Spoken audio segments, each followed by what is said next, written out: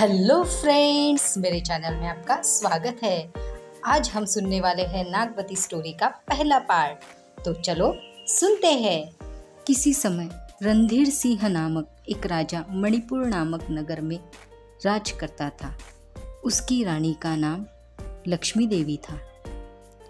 रानी जैसी पतिव्रता स्त्री संसार में कोई नहीं थी। उसका पति उसका बहुत ख्याल रखता था। दुनिया में उसे किसी चीज़ की कमी नहीं थी। फिर भी वो उदास रहती थी। कारण यह था कि उसकी कोई संतान नहीं थी। संतान पाने के लिए उसने अनेकों पूजा पाठ करवाए, सभी देवताओं की मन्नतें मांगी, अपने हाथों सदावत बांटे, निर्धन लड़कियों के ब्याह करवाए, जगह जगह कुएं और तालाब खुदवाए, सभी तीर्थों की यात्रा कर आई, लेकिन संतान न हुई। तब रानी ने अपने मन में सोचा, राजपाट और धन धाम से क्या लाभ, जब मेरी गोद सूनी पड़ी है। रानी बनकर बांझ होने से तो पत्थर बनना अच्छा है। तब तो मुझे बांझ की उपाधि न मिलती। उस नगर से थोड़ी दूर पर भद्रगिरी नामक एक पहाड़ था। उस पहाड़ पर भद्रदंत नामक एक मुनि तपस्या में लीन रहा करते थे, इसीलिए उस पहाड़ का नाम भद्रगिरी पड़ गया था। रानी ने सोचा, मैं जाऊँ उस पहाड़ पर, मुनि के पैर पकड़कर अपना दुखड़ा सुनाऊं, शायद उन्हें मेरी दया आ जाए और कोई उपाय बता दे। उसने अपने मन की बात राजा से कही। राजा ने तुरंत उसकी इच्छा के अनुसार प्रबंध कर दिया।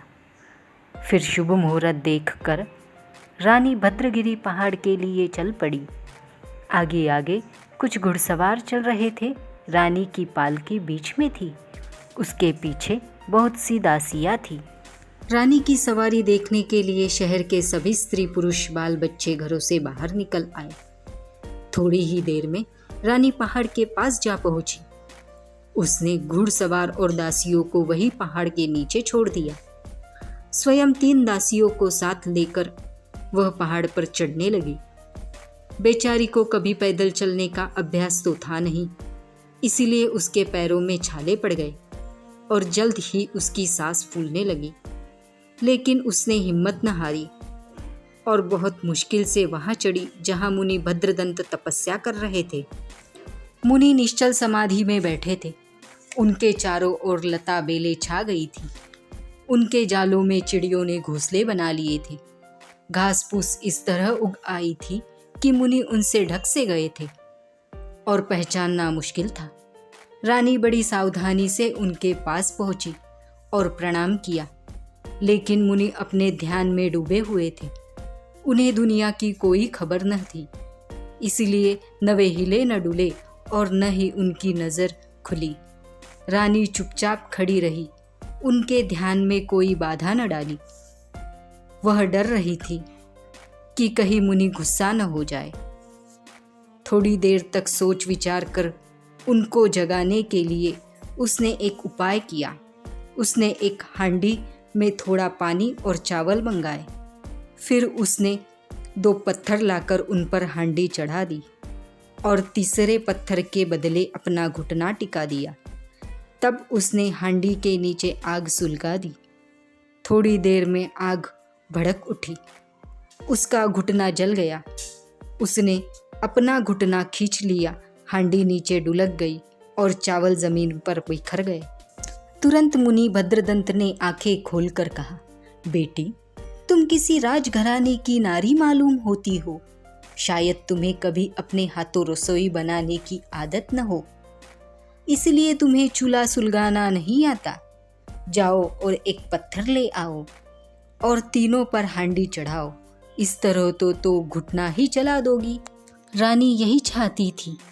वह मन ही मन खुश हुई और मुनि को दंडवत करके अपनी राम कहानी सुनाने लगी। अंत में आंचल फैलाकर चरणों में माथा टेक कर वह बोली, मुनिवर, कोई ऐसा उपाय बताने की कृपा कीजिए जिससे मैं संतान का मुंह देख सकूं। लेकिन तुम्हारे भाग्य में तो संतान है ही नहीं, मुनि ने कुछ सोचकर कहा। यह सुनते ही रानी मूर्छित होकर गिर पड़ी। उसकी यह दशा देखकर मुनि को दया आ गई। उन्होंने ध्यान लगाकर देखा तो मालूम हुआ कि रानी को संतान हो सकती है, लेकिन उसमें माता पिता की जान को खतरा है। अगर लड़की हुई तो माता के प्राण न बचेंगे, और लड़का हुआ तो पिता की जान खतरे में पड़ेगी। यह सब उन्हें साफ साफ दिख पड़ा, लेकिन उन्होंने रानी को यह सब नहीं बताया। वे बोले, बेटी, यहाँ से थोड़ी दूर पर उत्तर की ओर सांपों के राजा नागेंद्र की बांधी है। उसके चारों ओर 4 बड़े बड़े साल के पेड़ हैं। उनके बीच में बांधी है, और ठीक बांधी के ऊपर एक आम का पेड़ है। उस पेड़ में बहुत से आम फले हुए हैं। तुम वहाँ जाकर पहले बांधी की प्रदक्षिणा करना, फिर उसके 7 फल तोड़ना। घर जाकर नदी में स्नान कर उस 7 आमों का रस निचोड़कर पी जाना। अवश्य तुम्हारी कामना पूर्ण होगी। रानी मुनि को प्रणाम करके बड़ी खुशी के साथ वहां से चल पड़ी और सीधे नागेंद्र की बांधी के पास पहुंची। चारों ओर 4 साल के पेड़ थे, बीच में बांधी, और बांधी पर उगा हुआ एक आम का पेड़। पेड़ की डालियां फलों से लदी हुई थी। रानी ने भक्ति भाव से बांधी की प्रदक्षिणा की और पेड़ पर चढ़ गई, लेकिन जल्दी में वह मुनि की हिदायत भूल गई और आंचल भर फल तोड़कर नीचे उतरी।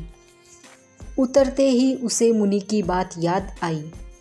घबराकर उसने गिनकर देखा तो आंचल में 7 ही फल निकले। उसे संतोष न हुआ। लालच के मारे वह फिर पेड़ पर चढ़ गई और आंचल भर फल तोड़ लाई, लेकिन नीचे उतर कर देखा तो फल 7 के 7 ही निकले। वह तीसरी बार फिर पेड़ पर चढ़ गई और फल तोड़ने लगी। एकाएक धरती डोल उठी और पेड़ झूलने लगा। रानी के हाथ पैर ढीले पड़ गए। बांधी में से एक 12 फन वाला नागेंद्र क्रोध से फुफकारता बाहर निकला और आम के पेड़ पर चढ़ने लगा। यह देखकर रानी के प्राण सूख गए। कौन हो तुम जो बिना मेरी इजाजत मेरे पेड़ पर चढ़ रही हो और फल तोड़ रही हो? देख अब कैसे दंड मिलता है तुमको। नागेंद्र सरसराता पेड़ पर चढ़ रहा था। हाय रे भगवान, तुमने क्या किया? अभी तो मेरी कामना पूरी नहीं हुई। मैंने जिसके लिए इतना कष्ट उठाया उस संतान का मुंह तो देखा ही नहीं। मैं निस्संतान ही मरने जा रही हूँ। हे नागेंद्र, मेरी प्रार्थना सुनो। अपराध का दंड मुझे दो, लेकिन इतनी कृपा करो कि अभी मुझे छोड़ दो। जब मैं संतान का मुंह पहली बार देख लूँगी, तब से 9 महीने के बाद शेष पुनों को आकर मुझे डस लेना। तब तक तो मेरी जान बख्श दो। रानी ने कहा। बहुत अच्छा, तू जा, मैं तेरी बात मान लेता हूँ। तुम्हारी 7 लड़कियाँ होगी। सबसे छोटी लड़की को मेरा नाम देना, लेकिन अपना वादा भूलना मत। नागराज ने कहा। हाय नागराज, तो क्या सभी लड़कियाँ ही होगी? क्या मेरे भाग्य में लड़का नहीं लिखा है? कम से कम एक लड़का तो दे देते। रानी ने बड़ी दृढ़ता से कहा। लेकिन अगर लड़का हुआ तो तुम्हें अपने सुहाग से हाथ धोना पड़ेगा। नागेंद्र ने कहा। तब मुझे लड़कियां ही दो, मैं सुहागन रहकर ही मरूंगी। क्या लड़कियों से वंश नहीं चलता? रानी ने कहा। नागेंद्र रानी को वादे की याद दिलाकर अपने बिल में चला गया। रानी के मन की सारी चिंता दूर हो गई। वह खुशी खुशी नीचे उतर आई और दास दासियों के साथ नगर को लौट पड़ी। रानी के लौट आने की खबर सुनकर राजा बड़े आनंद से स्वागत करने आए। वह उसे बड़ी धूमधाम के साथ महल में ले गया। दूसरे दिन रानी ने नहा धोकर एक सोने की कटोरी में 7 आमों का रस निचोड़ा और मन ही मन मुनि भद्रदंत और नागेंद्र का नाम लेकर पी गई। रस पीने के 6 घड़ी बाद रानी को गर्भ रह गया। उसका मुंह पीला पड़ गया। 7वीं घड़ी में रानी को प्रसव पीड़ा आरंभ हुई। अनेकों चतुर्दाइयों ने आकर रानी की देखभाल की। 8वीं घड़ी में रानी की 7 लड़कियां पैदा हुई। राजा ने तुरंत शहर भर में खुशियां मनाने का हुक्म दे दिया। लड़कियों के जन्म के 3 महीने बाद राजा ने राजभर में पूजा पाठ करवाया। पुरोहित ने आकर राजा की 7 लड़कियों का नामकरण किया। बड़ी का गुणवती, दूसरी का रूपवती, तीसरी का भाग्यवती, चौथी का हेमवती, 5वीं का सुखवती, 6ठी का बुद्धिवती और सबसे छोटी का नाम नागवती रखा गया। लड़कियों के चांद से मुखड़े देखती हंसती खेलती रानी दीन दुनिया भूल गई। बेचारी को बिल्कुल होश न रहा कि दिन बीत चले हैं। एक दिन उसने पुरोहित से पूछा कि शेष पुनः कब है। पुरोहित ने पन्ना पलट कर देखा और उत्तर दिया, आज के 3रे दिन। सुनते ही रानी सर से पांव तक कांप उठी। 3 दिन के बाद नागेंद्र आकर उसके प्राण हर लेगा। फिर उसकी फूल सी कोमल संतान की देखभाल कौन करेगा? अगर राजा दूसरा ब्याह कर ले तब तो सौतेली माँ इनके लिए नागिन बन जाएगी। हाय भगवान, इस अनाथ बच्चियों की क्या दशा होगी। यह सोचकर रानी ने राजा को बुलाया और उससे सारी कहानी कह दी। अंत में यह भी कह दिया कि अब उसकी जिंदगी 3 ही दिन बाकी है। यह सुनते ही राजा पर मानो बिजली गिर पड़ी। मूर्छित होकर वही गिर पड़ा।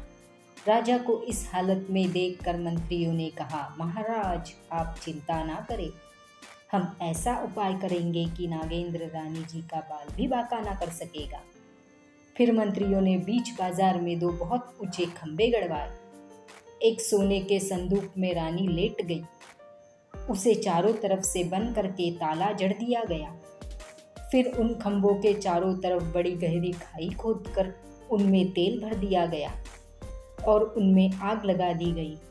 शहर के सभी दरवाजे मजबूती से बंद कर दिए गए और सैकड़ों हथियारबंद सिपाही घूम घूम कर पहरा देने लगे। सारा शहर सावधान था। सब यही सोच रहे थे, देखे अब नागेंद्र कैसे आता है और रानी को कैसे डसता है। शेष पुनः आई। नागेंद्र बहुत देर तक रानी की राह देखता रहा, लेकिन जब वह नहीं आई तो उसे बड़ा गुस्सा आया।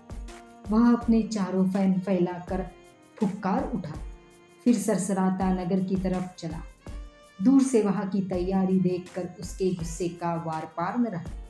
सूक्ष्म रूप धारण कर वह उड़ा और सीधे रानी विश्वासघात में जा पहुंचा। तूने सिर्फ अपना वादा ही नहीं तोड़ा, उल्टे मुझे मरवाने की कोशिश की। बोल चुप क्यों हो गई? नागेंद्र ने जीभ लपलपा कर कहा, नागराज इसमें मेरा कोई अपराध नहीं। यह सब मेरी इच्छा के विरुद्ध हुआ है। मैं तो अपना वादा पूरा करना ही चाहती थी। रानी ने साहस बटोरकर कहा। किंतु उसी समय अपनी अबोध बच्चियों की याद आ गई और वह वही मूर्छित होकर गिर पड़ी।